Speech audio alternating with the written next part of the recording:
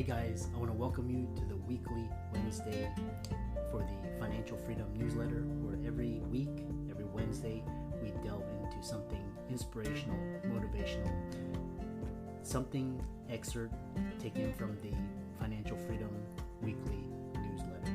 Wherever you are, if you're listening on Spotify, on iTunes, Google, be sure to click the like, subscribe, share, comment. And without ado, let's get into the show. Welcome everybody to this week's podcast episode for the Financial Freedom for Physicians podcast. I'm your host, Dr. Christopher Liu. And as you know, we talk about 4 different types of freedom: time, financial, location, health freedom. And so I'm always scouring the globe looking for entrepreneurs, thought leaders, influencers, changing the world. So today we have Jake Rosenberg, and he's known as the men's 30-second skin guru, and he's an entrepreneur. So he'll tell you his very inspiring story. We're going to talk about product development, supply chain, digital marketing, and his skincare business. So Jake, welcome. Thank you. Thank you for having me on. I know we connected through Podmatch, and it's been great. You have a really interesting story. Tell the audience and listeners about it, and we'll go from there. Yeah, so I started a men's skincare company because in 2017, I had a ski accident. I used to be, competitive skier here and there, like the NASCAR stuff. Nothing too crazy, but, I've been skiing since I was 3, never had an accident or an issue. So one day I'm going pretty fast, hit some ice, ski comes up, hits me in the face, gives me a little scar on the nose. And so that forced me to dive into skincare and understanding scar reduction treatments, concealer, things like that, stuff that guys don't really know a lot about. So I went to Sephora to try to find these products that were recommended to me. And, it turns out they had 10,000 products or something crazy in every store. So there was no way I was actually going to find what worked for me. So a lot of research figured out that, there were the 5 to 10 products that would really work for guys, but not sold, in feminine packaging and in a place like Sephora. If the education was just better and the packaging was better, I thought it could be a successful business. I knew I needed it. And so I launched Krete in 2019, and now we're here. That's interesting. I'm reading your bio. It's quite interesting. Graduated from Ivy League, Penn, and then econ math major. And which is interesting because one of my friends from high school, or not really friend, but acquaintance, she also got into the skincare product, and I think she sold it a couple of years ago, for 500 million or something like that. And that's great. That's where we're trying to head to. So, there's all these conglomerates like Shiseido, Procter & Gamble, Unilever, and they just don't innovate like they used to. I mean, they have, accelerators and innovation labs, but what oftentimes happens is a new brand will come up and really find product market fit with either new products, a new educational angle, a new demographic, and then they'll be acquired. So, that is eventually, an option for us. My joke is that if we can sell concealer to guys at scale, like someone's going to want to buy us, because that's a pretty hard thing to do. Yeah. But, we're doing it. And it's one small correction, math minor. Oh, math minor. I know. I don't know. As an engineer type, I don't know. I have to be accurate. Yeah. Personnel. Yeah. It's quite interesting. And then, so tell us, a lot, I've been traveling, speaking at some conferences, and actually this skincare type startup and these businesses actually are very scalable. And so tell us what sets Krete apart from other skincare lines. Well, one of the first things is that I came into this industry knowing it was probably going to be kind of a legacy industry. I've dealt with the fashion industry and other companies and done some e-commerce things. So I didn't realize how stuck in the 1980s or 90s that it was from a manufacturing and supply chain standpoint. Formulators take 9 to 12 months to make formulas, even if you give them 95% of the blueprints. It's like, it's kind of mixing a couple things. Yeah, maybe there's heating phases or whatever. So I got very frustrated with those timelines and the cost when I was first starting. So I actually learned chemistry. I taught myself formulating just via Google and YouTube, and actually formulated our first 2 products myself fully. Made hundreds of variations. Took a month or two, not 9 to 18 months. It was all I was doing. So, that worked out. Now we sold 10,000 plus units of it. And so it's pretty great. But, that was one of the interesting things that I decided to do was make better products, but also make sure that we knew every single ingredient. My philosophy was, anyone can write a compelling ad copy and get you to buy it.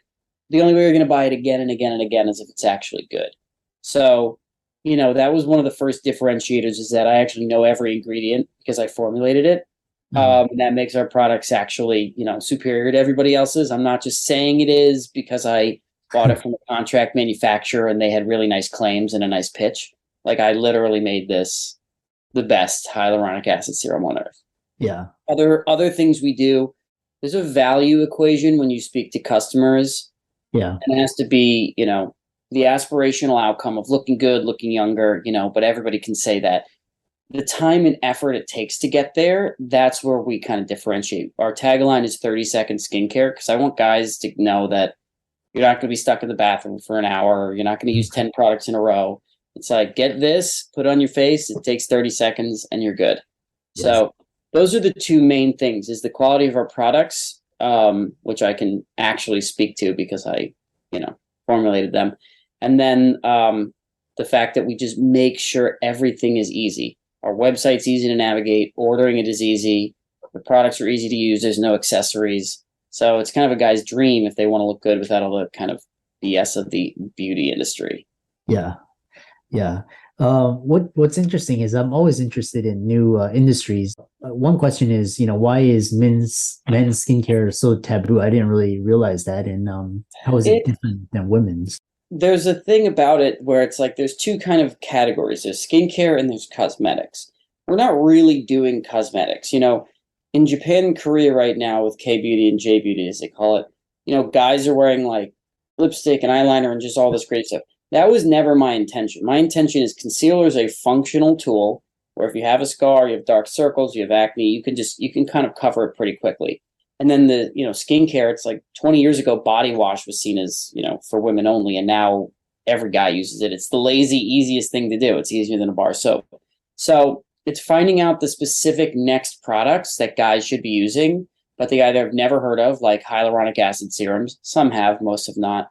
Or they were just packaged too femininely forever. For instance, I use NARS's concealer to cover my nose. NARS is, a very, very popular female brand. Their tones or skin tones are dessert flavors, So like my nose tone was, and my skin tone was either custard or creme brulee. And it's like, I just don't really want to be going into a store and asking for the creme brulee concealer and not like, I might be okay with that. Most guys are not. So, there's just an uncomfortableness about it. There's also the lack of education. No one wants to walk into a store like a Sephora that's incredibly intimidating and frankly feel like an idiot. Like I run a skincare company and I don't know half the products they sell in there. Like no idea what they do, no idea if they work.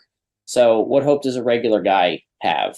So there's the intimidation factor as well. What's really interesting is when you talk about product development, do you have to overcome any sort of regulatory hurdles, or are you just how are you packaging it and sourcing it? So, we now use contract manufacturers because they just have, honestly, they have scalable machinery. But so there's a couple of regulatory categories with the FDA. Ours is in the lowest category, which is called a cosmetic. So that mostly affects how you can make claims. Anything to do with acne or SPF, that starts to become what's called OTC or over the counter. That's higher regulated. So, that has what's called an active ingredient in it. So if you go to CVS and you pick up something like with salicylic acid, you'll see it says active ingredient and inactive ingredient.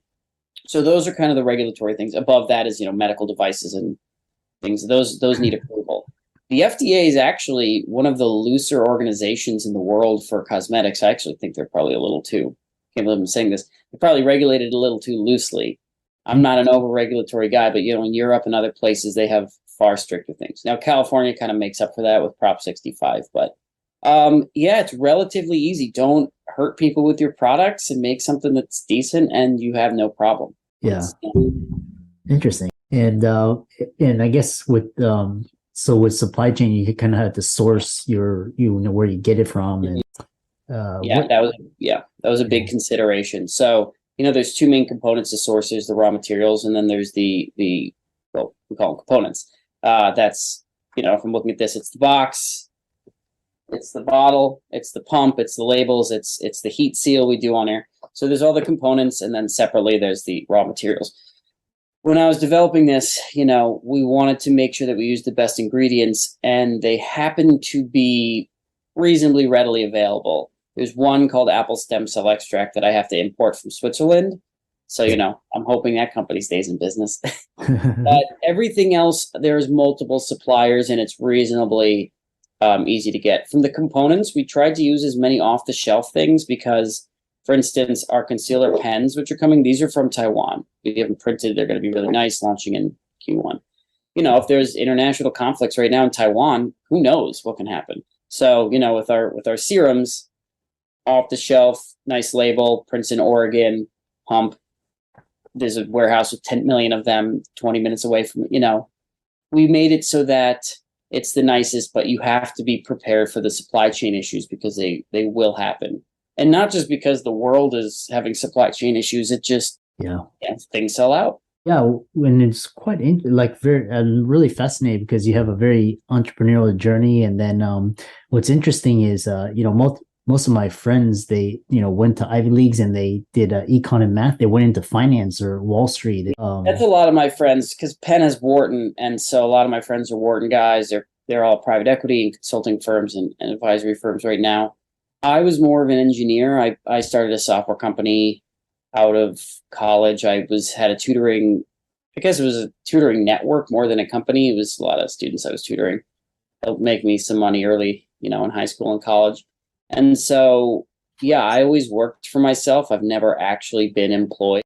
I've been a contractor as a consultant and things, but I've never actually legally, technically been employed. So, it's been about 10 years of doing my own companies, and a few of them have been pretty successful. One of my friends, he has a joke. He's multi, and he has this shirt. He says that he wears to conferences. And he says, "I am successfully unemployed," which gets a lot. Yeah, there's like a in economics, it's a backwards bending curve. I can't remember what exactly for. I think it was for if you're earning enough income, then each hour you start caring less and less, because if you're getting $1 million an hour, you don't have to work more than an hour a day. So at some point you actually start working less the more you get paid because you have enough. So, I'm trying to get to that point with Krete. I'm not gonna lie, it's going really well. But right now it's a 24/7, 365 thing. Yeah. Which is funny because you think it's all about ultimate freedom as an entrepreneur. So you have to balance, that ultimate freedom idea with also being a complete slave to it 24/7. I like that, but you have to be a little crazy for it. This is one just off the cuff question. Degree in econ in math. A lot of people are going into like crypto and blockchain. Is that you were in your radar? I had two businesses in that. I had a fund in that years ago, and I can't say a lot about it because I sold it and then signed some NDAs, but I had a shoe that mined Bitcoin. Yeah. We launched a shoe company. So it was an interesting experiment to try to launch like a crypto brand for who were at the time crypto millionaires who were buying every Balenciaga or whatever, Yeezy thing that popped up. They just had money to spend. So decided to make a crypto shoe company and sold that to my partner. Interesting. Yeah. So I like it. I mean, I can go into negative feelings in the space as much as I can my positive feelings. If anyone's listening, just be careful. There's a lot of scams in that space. A lot of them. Yeah, scams, bad actors. Yeah. Also, there's vulnerabilities. You don't want to send Bitcoin to the wrong, to an address and oops, you messed up. You put the 2 instead of a 3 and it's gone forever. That's a single, in engineering, call that a single point of failure. There's too many single points of failure with the crypto world for it to be practically usable for now. Yeah. Well, I really enjoyed this conversation. I'm sure the listeners got a real flavor of, the or not cosmetics, but the skincare products industry, which is quite interesting. How can people visit you, follow you, contact you? Oh, our website is crete.club. That's krete.club. That's, same thing, crete.club on Instagram. And then I have a founder Instagram that we post some organic stuff just to see, if we're going to do that for a marketing angle soon. But yeah, crete.club, either the website or the Instagram, and that's great. Yeah. Yeah. And for all the listeners out there, Jake's resources will be in the links and show notes. Thanks so much for tuning in, and be sure to check out his website, his socials. I will do that after as well. Thanks for listening, and we look forward to hearing about your future success. Great. Thank you so much. Thanks for having me.